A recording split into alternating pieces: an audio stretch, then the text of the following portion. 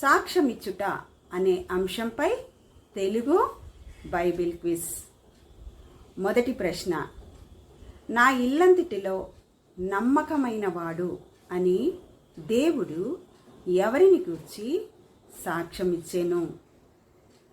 రెండవ ప్రశ్న, ఈయన నీతిమంతుడు, ఈయన జోలికి పోవద్దు అని భర్తను హెచ్చరించినది ఎవరు? మూడవ ప్రశ్న, ఈయన నా ప్రియ కుమారుడు, ఈయన యందు ఆనందించుచున్నానని తండ్రి ఎవరిని గురించి సాక్ష్యమిచ్చెను?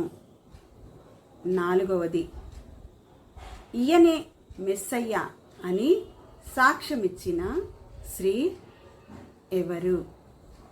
ఐదవది, మనము ఏ విధమైన సాక్ష్యం కలిగి జీవించాలి?